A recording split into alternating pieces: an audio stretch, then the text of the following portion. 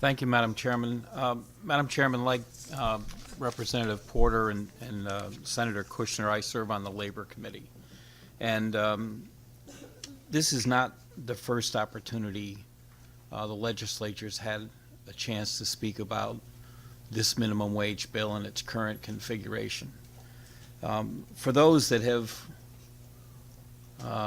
qualified their position today, let me assure you, there has been not one change, not one I dotted, not one T crossed, not one word removed since this bill was heard and voted out of the committee.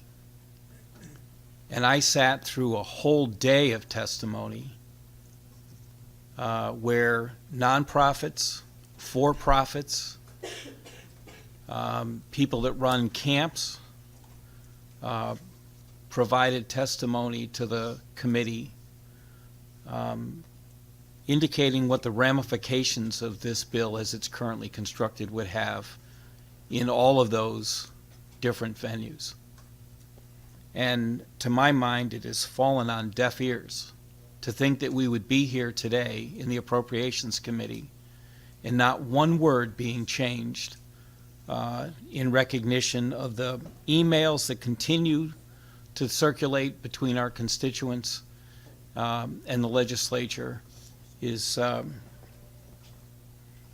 very troubling.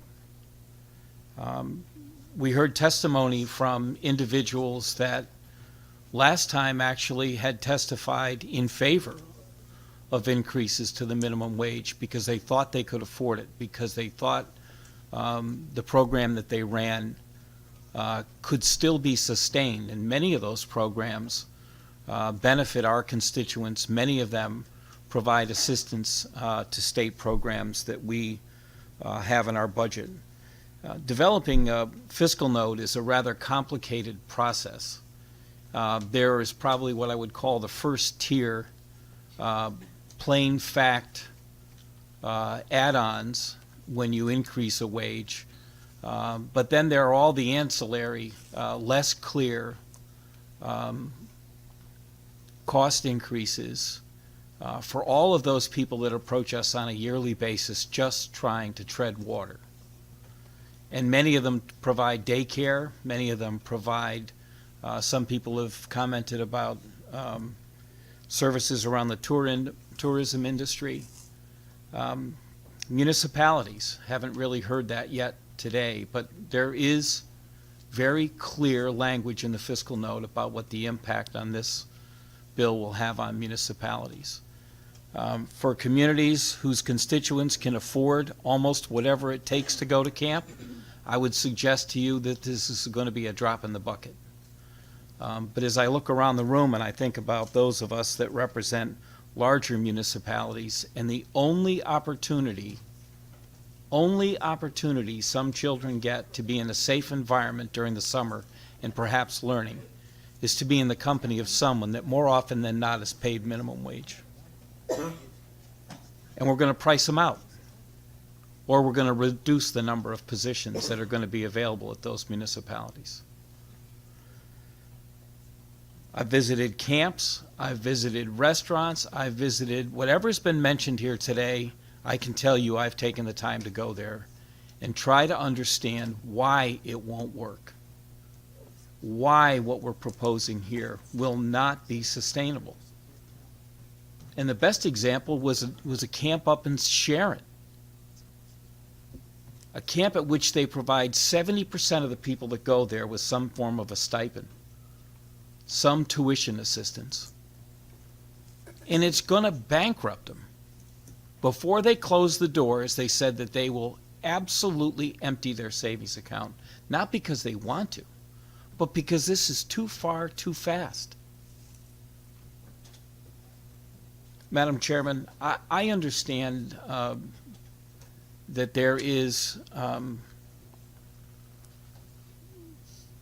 target here, that there is a population that would clearly benefit from an increase in what their wages are from where they are currently, and that in some cases they are populations that have families, maybe at very early ages.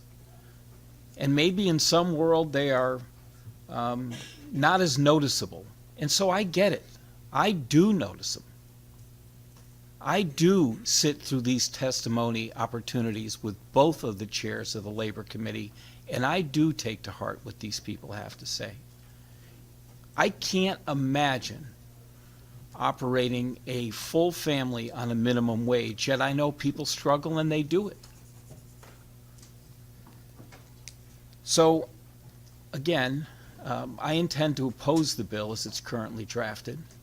It gives me no pleasure to do it.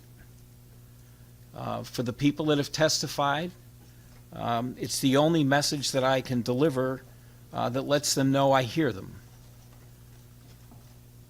But boy, it sure would have been nice to see one change in this bill before it came before the Appropriations Committee. One change. For those that are concerned about the restaurant industry or some other industry, that would have been a message. That would have been a signal to me. But right now, the way this process is slated to go, in my estimation, there'll be no change. This is going to be the bill that we're going to vote on when it leaves here. And so we can qualify our comments and our vote. But because I've seen no change, because I have seen no relief for all the people that have said we're going to offer less of a camping opportunity at the municipal level, we'll have fewer people working at the parks, my message is that I'm going to vote no. Thank you, Madam Chairman. Thank you. Representative Walker, followed by Senator Formica.